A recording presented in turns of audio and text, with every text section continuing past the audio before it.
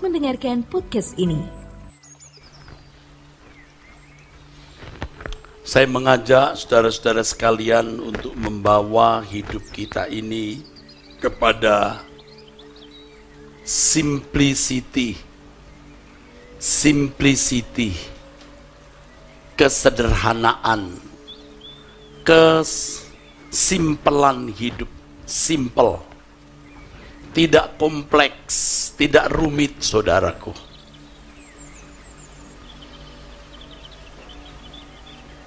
Saudara,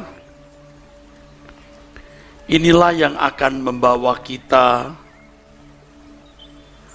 terbang lebih tinggi, berjalan lebih cepat, berlari lebih cepat, saudaraku. Hidup ini bisa kita pandang, kita anggap, dan kita jalani secara rumit dan kompleks, jelimet, ruwet, dan mumet. Tetapi hidup juga bisa kita anggap, kita pandang secara simpel, sederhana, tidak kompleks, sehingga kita tidak menjadi mumet dan judek. Karenanya, saudara, satu hal yang memang harus menjadi prinsip hidup kita, kita harus memandang bahwa hidup ini memang tragis. Ini sudah saya beritahu kepada saudara beberapa minggu yang lalu. Hidup ini memang tragis. Bagaimanapun hidup di dunia tidak bisa membuat kita bahagia, lengkap, dan utuh. Tidak bisa. Kita hidup di dunia yang sudah jatuh. Ibarat produk, ini produk yang gagal, produk yang rusak. Bukan karena Tuhan tidak mampu membuat hidup ini menjadi lengkap, sempurna, atau utuh. Tetapi kesalahan, dosa manusia, dan pemberontakannya kepada Allah yang membuat hidup ini menjadi tragis, saudaraku. Pasti yang kita akan hadapi masalah, problem. Jangan harap saudara tidak menghadapi problem. Yang kedua, saudara makin hari makin tua. Dan pasti bagaimanapun ada sakit penyakit. Yang ketiga, kematian, saudara. Realitas ini kalau sudah kita bisa terima dengan lapang, paling tidak 50% dari kerumitan, kompleksitas, ruwet, jelimet, mumetnya hidup kita sudah tertanggulangi. Jangan mimpi hidup tanpa masalah. Sebab kalau saudara berharap hidup ini tanpa masalah, tiba-tiba ada masalah, jiwa saudara terguncang. Damai saudara hilang. Tetapi kalau saudara sudah menerima realitas bahwa hidup ini memang pasti ada masalah, maka ketika saudara menghadapi masalah, saudara welcome. Ya sudah, harus kuhadapi.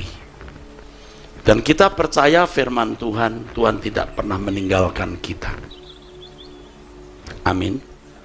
Tuhan tidak pernah meninggalkan kita. Persoalan yang kita hadapi pasti bisa kita tanggulangi, pasti bisa kita atasi. Walaupun perlu waktu. Persoalan tidak akan melampaui kekuatan kita dan pasti selesai pada waktunya. Jadi jangan berpikir konyol, berpikir bodoh, berpikir kanak-kanak dan tidak dewasa. Begitu ada masalah, jangan terguncang. Jangan jadi mumet, tetapi terimalah memang hidup itu demikian. Lalu hadapi masalah itu.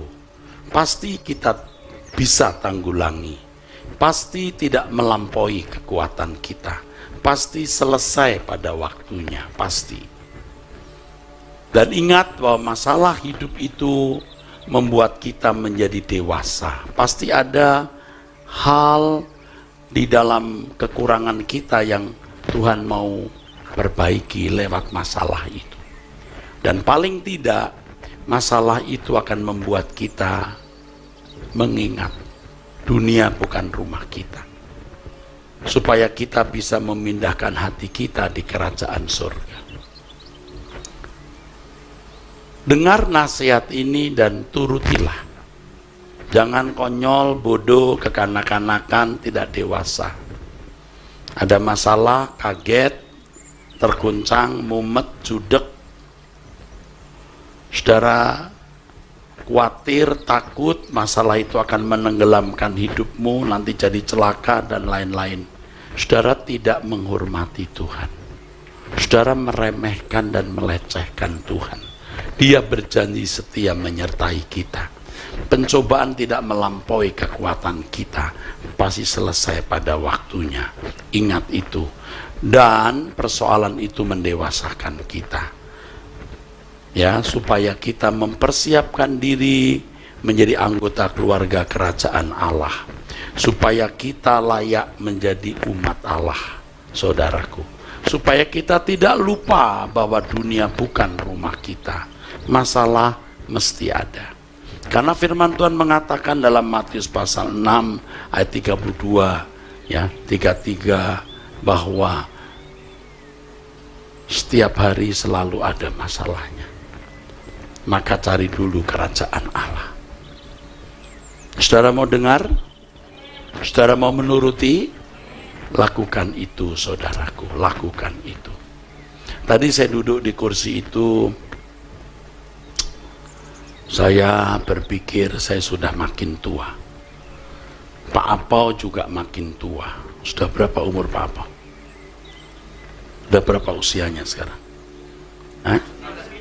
69. 69. Saya 63. Dia kokoh saya kalau dilihat dari umurnya. Tapi secara rohani saya kokohnya. 69, ntar lagi 70 ya. Kita sudah tua. Tadi saya berpikir, saya mau mengakhiri umur hidup saya bersama Pak Apau dan saudara-saudara ya, hamba-hamba Tuhan yang lain dengan baik. Dengan melayani saudara. Melayani saudara. Menyediakan sarana kebaktian ini, kebaktian mendengarkan firman, supaya saudara jangan masuk neraka. Itu intinya. Jadi kalau saya nasihati ini bukan sekedar supaya saudara terhibur, kuat. Itu nomor 2. Nomor 1, supaya saudara bisa diarahkan ke surga. Masalah hidup jangan membuat Anda berbuat dosa, tenggelam, ya, jadi takut, khawatir, kecewa, meremehkan, melecehkan Tuhan. Jangan. Ingat, masalah pasti ada. Dan saya percaya sebagian saudara hari ini juga sedang ada dalam masalah. Kita hadapi saja. Ya, kita hadapi.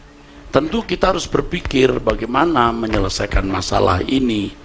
Ya, kita harus berpikir, kita harus berusaha.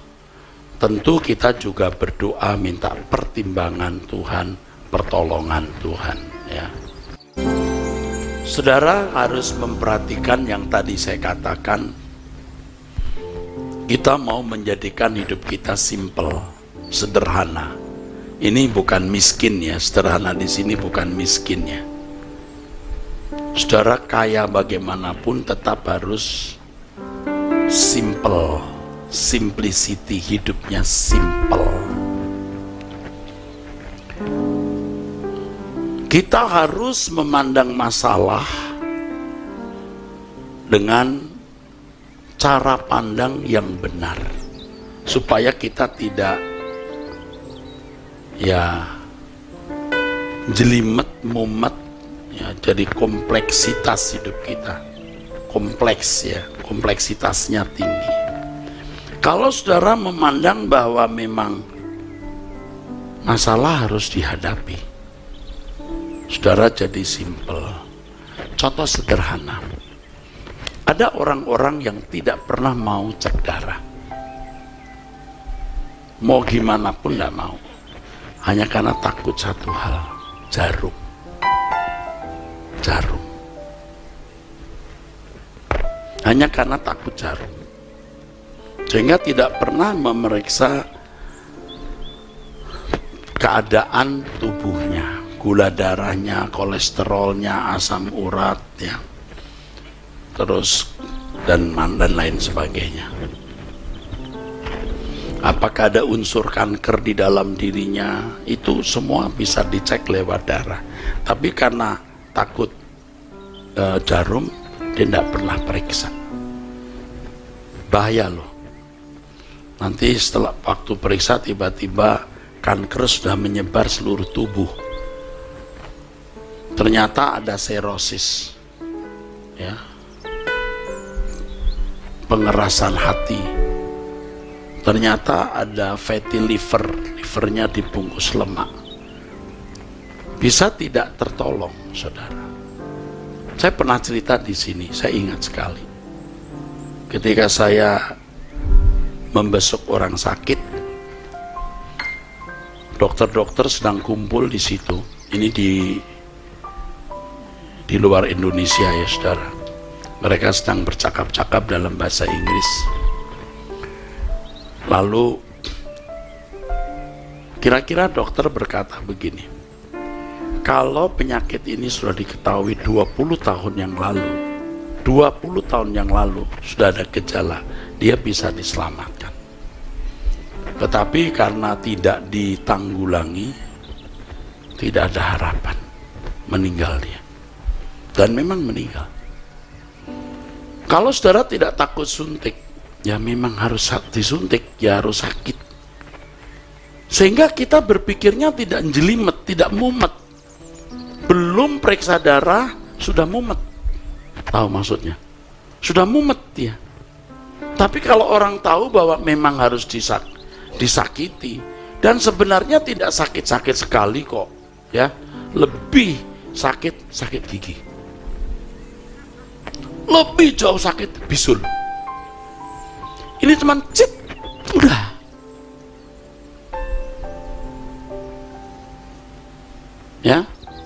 Ya memang saya ini sudah 2 minggu sekali, seminggu sekali suka oson lah, diisi imun lah, periksa lah. Kalau kita kurang tidur, kurang istirahat, ditusuk lebih sakit, Pak. Nggak tahu orang lain ya, kalau saya merasa lebih sakit. Tetapi tidak bisa dihindari. Mana saya punya vena kecil lagi, suka nyari-nyari sana sini. Tapi tidak bisa dihindari. Waktu saya kena COVID saja, waduh, sampai kemana-mana. Bisa 4, bisa 5 kali suntik, Pak. Nyari, Pak. Waduh, gawat. Betul, bisa 4 sampai 5 kali.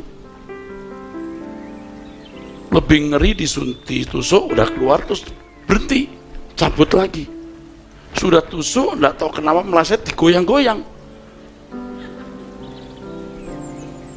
Tapi karena memang harus begitu, ya sudah.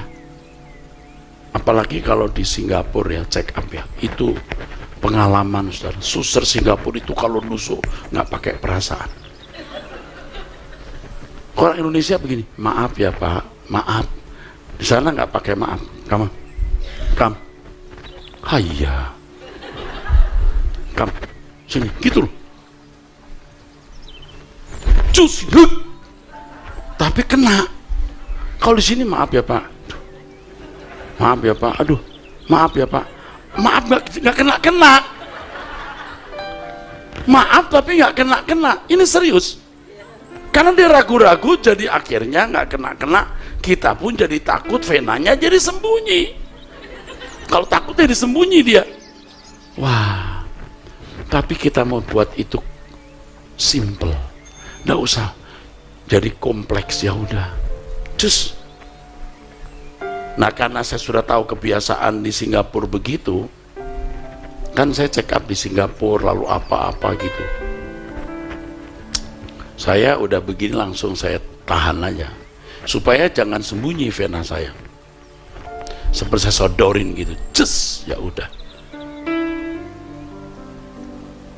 Saudara menghadapi masalah jangan, oh sakit. Ya sakit namanya masalah.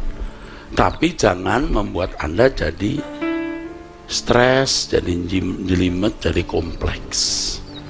Amin. Berpikir simple. Ya, berpikir simple. Apapun yang terjadi, dan mungkin sekarang sedang terjadi, berpikir simple memang harus dihadapi. Harus punya sikap tanggung jawab menghadapinya. Tuhan tidak meninggalkan kita. Tuhan yang mengizinkan peristiwa ini terjadi atau persoalan terjadi. Tuhan tidak segera menolong kita. Karena Tuhan membiarkan masalah itu mendewasakan kita. Supaya kita juga memikirkan perkara-perkara yang di atas. Dunia ini bukan rumah kita. Berpikir simpel. Katakan amin. Oke, paham? Saudara mau dewasa? Ini khotbah yang sangat bagus. Saudara menjadi dewasa. Ya, jadi tidak lagi gerubak-gerubuk, kaget, stres, menyalahkan orang, marah kepada siapa yang bisa dimarahi, bahkan marah kepada keadaan, secara tidak langsung marah kepada Tuhan, rusak saudara. Saudara mungkin ada yang berkata, Pak Pendeta bicara gampang, Bapak nggak tahu persoalan saya. Lihat muka saya ya, mau lihat muka saya, lihat sekarang. Persoalanmu belum tentu lebih besar dari persoalan saya. Lihat muka saya, tulus nggak? Saya buat-buat nggak? Persoalan saya belum tentu lebih kecil dari persoalan saudara. Di situ saya juga mengalami apa yang saudara alami. Waduh, kenapa begini? Saya juga mengalami di mana saya mulai agak marah dengan keadaan, marah kepada siapa yang dapat saya marahi. Akhirnya saya berdosa kepada Tuhan, tapi saya sudah minta ampun. Ampuni aku Tuhan, maafkan aku Tuhan. Sudah kena COVID, anak kena depresi. Mana saya dengar pendeta-pendeta terkenal seperti Rick Warren dan lain-lain, anaknya meninggal dunia, mati bunuh diri karena depresi, Pak. Waduh, ini bikin saya jadi takut, saudara. Kalau ada apa-apa nggak apa-apa, tapi kalau anak jangan sampai lah. Waduh, dan masalah lain yang menekan, berat sekali. Belum masalah pelayanan, kebutuhan pelayanan yang begitu besar. Saya jual rumah pun juga 3-4 bulan habis hasil penjualan rumah itu, kalau untuk kebutuhan pelayanan. Waduh Tuhan. Tapi saya nggak sampai jual rumah, semua berjalan dengan baik. Jadi masalah saya pun besar, saudara. Dan saya sempat juga marah dengan keadaan, marah dengan orang-orang tertentu. Di situ Tuhan mengajari, tidak boleh begitu. Dan saya minta ampun dan minta maaf. Saya bertobat.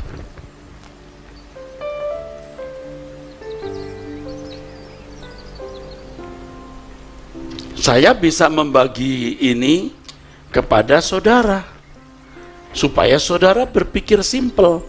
Sekarang saya berpikir simpel, mengerti, ya memang harus dihadapi. Seperti kalau mau periksa darah, mau operasi apa, ya udah, tusuk saja demi kesehatan tubuh. Jadi tidak mumet, saudaraku. Ini tidak membuat saya mati. Persoalan ini pasti berakhir pada waktunya, tidak melampaui kekuatan saya. Kita bersyukur kepada Tuhan. Amin. Amin. Saudara mengerti? Masukkan di pikiran saudara, Ini bukan sekedar supaya saudara jadi kuat menghadapi hidup ini, lalu mendapat jalan keluar dari Tuhan. Bukan hanya itu. Supaya saudara dan saya tergiring, terbimbing ke surga. Ya, amin. Yang saya sampaikan ini bukan sederhana loh. Tetapi membuat Anda menjadi sederhana, jadi simple. Karena sulit sebenarnya orang melakukan. Sulit saudaraku. Punya adik ipar datang ke rumah, nyolong batangan emas. Bisa begitu? Paham nggak? Belum lagi suami tidak pulang 3 bulan. Waduh, lebih berat lagi. Belum lagi ternyata anak kena apa? Waduh. Di situ kita perlu pengertian yang benar. Memang kita hidup di dunia yang sudah gagal. Produk yang gagal. Nah, ini mengarahkan saudara dan saya ke langit baru, bumi baru. Amin. Makanya begini saudara, tadi saya duduk juga mikir, ini jemaat banyak masalah ini. Feeling saja. Biarin aja deh. Yang penting saudara kuat. Bahasa Inggrisnya endurance. Bertahan. Sebab dengan bertahan itu saudara dibuat Tuhan dewasa. Tidak apa-apa ya. Kalau persoalan saudara belum diselesaikan Tuhan, tidak ada jalan keluar, terus menekan saudara, tidak apa-apa. Tapi berpikir simple, ini tidak melampaui kekuatanku. Memang harus kuhadapi. Selesai pada waktunya. Ini mendewasakan aku. Nah, itu berpikir simpel, saudara. Allah besertaku. Nah, ini yang sering diajarkan salah kepada saudara, yaitu ketika seakan-akan Tuhan itu suka nolong buru-buru. Jadi Tuhan itu sering digambarkan suka menolong dan buru-buru atau cepat-cepat menolong. Itu salah. Tuhan menolong ya, buru-buru enggak. Tuhan menolong pada waktunya, sesuai jadwalnya. Doa-doa saudara yang sudah bertalu-talu, bertahun-tahun saudara sampaikan, Tuhan tidak bereaksi. Karena memang Allah belum waktunya bereaksi. Ingat saya pernah sampaikan apa? Abraham dijanjikan Tuhan punya anak banyak. Tetapi dia menunggu anaknya lahir 24-25 tahun, 1/4 abad. Tidak kebetulan itu. Tuhan memang sengaja mengulur waktu. Seakan-akan Allah lupa janjinya. Nanti kita akan menghadapi kenyataan seakan-akan Tuhan tidak menyertai kita. Amin. Betul Pak. Seakan-akan Tuhan tidak ada. Seakan-akan Tuhan tidak menyertai. Nah, jadi kalau pendeta bicara, percayalah Tuhan tolong, itu benar. Tapi saudara jangan mencoba membuat jadwalnya. Tuhan pasti menolong. Bahkan persoalan yang kita hadapi itu bentuk pertolongan Tuhan. Apa? Supaya Anda dewasa. Itu pertolongan Tuhan. Ini tepuk tangannya agak terpaksa dan bingung. Ya udah.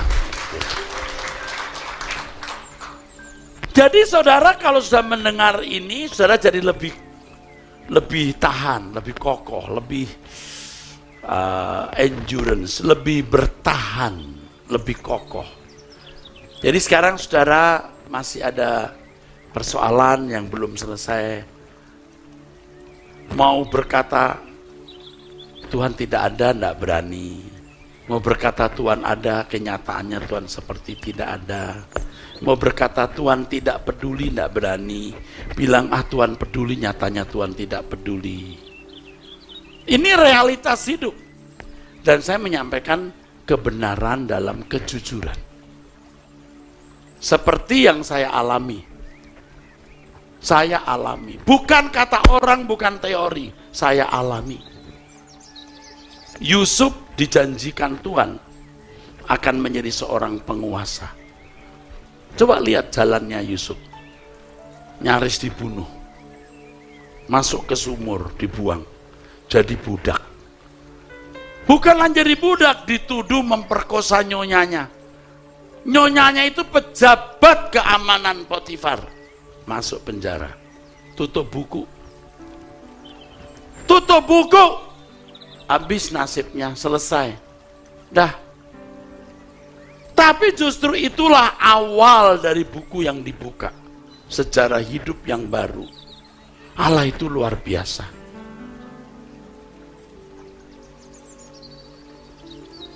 Kalau saudara membaca kitab Esther, ya, bagaimana Haman berusaha untuk membunuh seluruh orang Yahudi termasuk Esther. Niat jahat dari orang jahat ini diubah Tuhan jadi baik bagi umat pilihan. Saudara bisa diperlakukan tidak adil, dijahati, jangan membalas. Justru Tuhan mau kita dewasa, kita mengampuni, kita rendah hati, kita diam. Tuhan akan ubahkan itu jadi berkat untuk saudara. Amin. Saudara dagang sebelah saudara, aduh ribut terus. Fitnah saudara terus supaya saudara bangkrut. Nggak usah musuhin dia, diam aja. Daging kita berkata, kalau kita diam terus, dia tambah kurang ajar loh. Jadi pertahanan yang baik itu menyerang. Itu filosofi dunia, Pak. Pertahanan yang baik itu menyerang. Tetapi saya berkata, pertahanan yang baik itu diam. Karena dengan diam Allah akan bertindak. Cuma kita perlu waktu sabar menunggu pertolongan Tuhan dan Allah menyatakan kehendak dan rencananya. Saudara, perhatikan saya ya. Saya menjelaskan sesuatu yang sebenarnya tidak sederhana tapi membuat saudara jadi sederhana. Ya. Karena hal ini harus diterima, karena banyak orang bisa ya ngerti-ngerti tapi tidak terima. Tidak mudah menerima persoalan sebagai berkat itu, tidak mudah. Ya, nih saya beritahu saudara ya. Nih contoh begini kira-kira. Ini terjadi dalam hidup banyak orang, kan terjadi dalam hidupmu. Saudara, hari ini ekonomi susah, anak rasanya sekolah nggak sekolah, ya. Tapi Anda bertahan terus. Tuhan memang mengizinkan kita di situasi-situasi seperti itu. Yang penting kita bertahan, jangan berbuat dosa, rajin bekerja, tanggung jawab. Itu pasti bisa dilewati, saudara. Pasti bisa dilewati. Jangan berpikir melewatinya dengan mudah. Jangan berpikir itu. Jadi kita sering ngos-ngosan, terengah-engah, termehek-mehek, ya. Seperti berjalan di tebing atau di tepi jurang. Tuhan biarkan mengerikan, tapi jalan terus. 10, 15, 20 tahun Anda akan lihat anak Anda, anak saudara mungkin tidak jadi konglomerat, tapi bisa punya pekerjaan. Anaknya juga bisa sekolah. Saudara bisa melihat bagaimana nanti cucumu suatu hari akan jadi pengusaha besar. Tuhan itu akan tolong saudara dengan cara-cara yang luar biasa seperti itu. Jadi lewati. Kalau ditanya apa kabar, bisa dilewati. Dari ke hari bisa dilewati. Memang harus begitu. Itu baru masalah loh, belum sakit. Sakit problem lagi. Sama, ya memang harus dihadapi. Lalu bagaimana sikap kita menghadapinya? Ke dokter. Ke dokter. Pola makan, pola hidup diubah. Jangan minta mujizat dulu. Mujizat pasti terjadi jika Allah mengendaki. Jadi ketika kita menghadapi sakit, bisa orang yang saudara kasih ternyata ada kanker di sini atau ada tiroid dan lain-lain. Tenang, tenang. Kalau nggak sakit sekarang, mati nanti sama saja, ya. Tapi sekarang harus dihadapi. Dan saya sudah melihat itu dalam kehidupan keluarga saya, dalam kehidupan orang sekitar saya, dan orang-orang jauh juga. Saya menganalisa, Tuhan memang membuat atau mengizinkan itu. Harus duduk lama-lama di ruang tunggu dokter yang banyak pasiennya, ya. Kadang-kadang kalau di luar negeri itu ya pasien dari negara-negara lain antri dari jam 10-11 baru dipanggil dokter jam 9 malam. Betul nggak? Pernah ke luar negeri, betul? Sampai susternya bilang, Pak, Bu, dalam bahasa Inggris atau bahasa Melayu, silakan pergi dulu aja, nanti datang lagi. Kita udah pergi, balik lagi, tetap urutan ke segitu. Tuhan, apa nggak ada cara lain yang lebih mudah? Kenapa harus begini? His life, itulah hidup. Ya, belum cacat dan lain-lain. Tapi berpikirlah simpel, memang harus dihadapi itu. Dan kalau soal sakit itu lebih tajam lagi. Kenapa? Karena kita akan lebih memikirkan kekekalan. Kalau tadi masalah ekonomi, masalah hukum, masalah apa-apa. Tapi kalau sudah sakit, ini sudah masalah kekekalan. Kok hidup begini ya? Iya. Supaya kamu merindukan kehidupan yang akan datang di mana tidak ada sakit penyakit. Supaya kamu merindukan kekekalan di mana tidak ada sakit penyakit. Lalu makin tua, lalu mendekati kematian, wah lebih tajam lagi. Karena itu membawa kita untuk berpikir kekekalan. Nah, betapa malangnya orang yang punya masalah tapi tidak mendapat nasihat seperti ini. Marah, gusar, kesal, lalu pakai cara-cara lain sampai ke dukun dan lain-lain. Kalau tidak ke dukun, pakai cara-cara yang salah. Jadi kompleks menghadapi sakit, wah lebih runyam menghadapi kematian tanpa harapan. Celaka, konyol.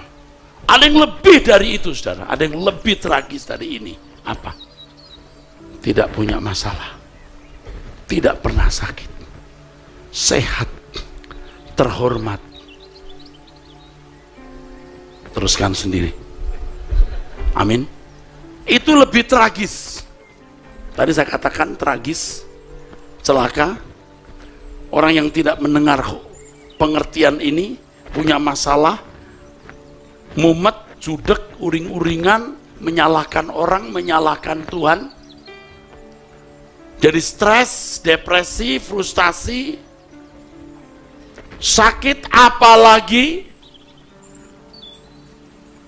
tambah parah hidupnya, tidak damai sejahtera, mukanya juga seperti tengkorak. Lalu menjadi tua di ujung maut, nggak ada harapan. Celaka. Ada yang lebih celaka lagi. Apa tadi? Kaya, sehat, tidak pernah punya masalah, sombong.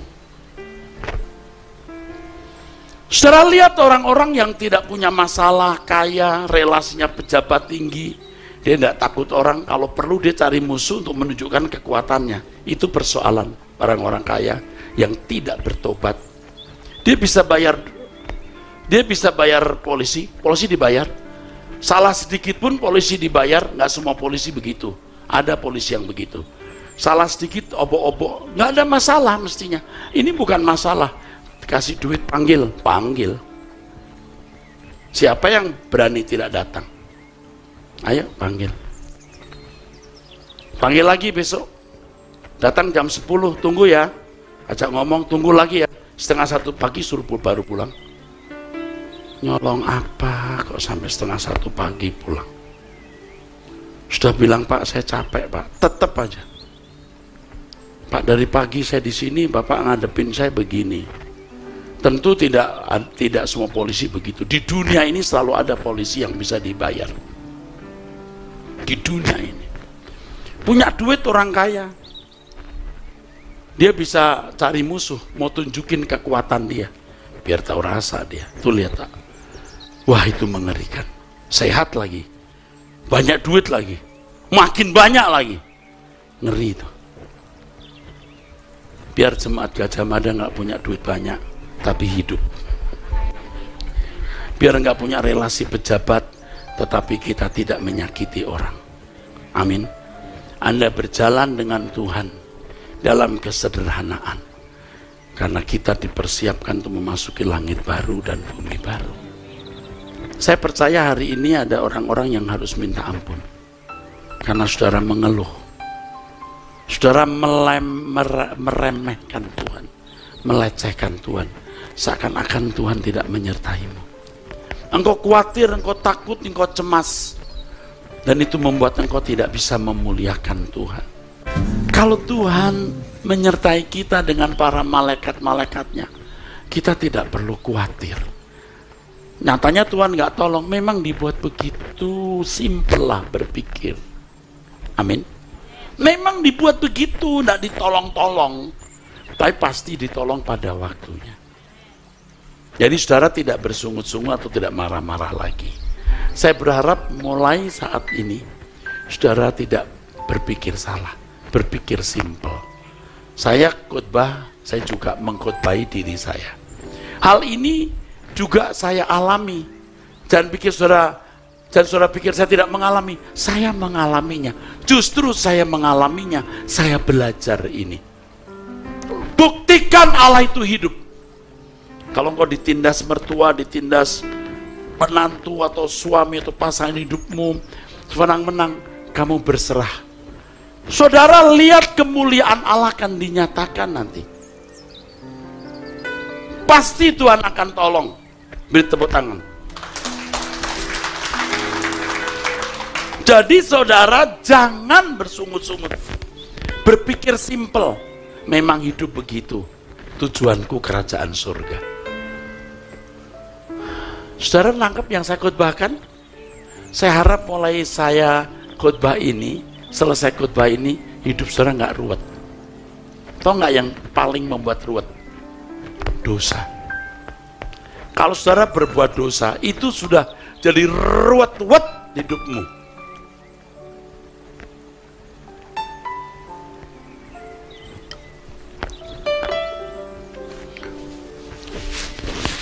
Kalau saudara berbuat dosa, khotbah ini sudah tidak berlaku lagi.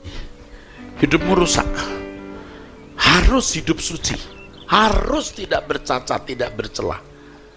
Nah, Roh Kudus akan menolong saudara bagaimana hidup suci. Saudara pulang hari ini dengan kemerdekaan. Dia topang tanganku. Dia pegang aku. Kelihatannya aku di pinggir jurang mau jatuh, tapi yang aku tidak akan jatuh. Aku bisa melewatinya. Kalau aku di keadaan yang kritis, memang Tuhan mengendaki saya kritis-kritis seperti ini. Kalau aku dalam keadaan krisis, memang Tuhan menginginkan saya krisis-krisis ini. Karena aku harus didewasakan. Aku belajar percaya kepada Allah dan diuji kesetiaanku kepadanya. Amin.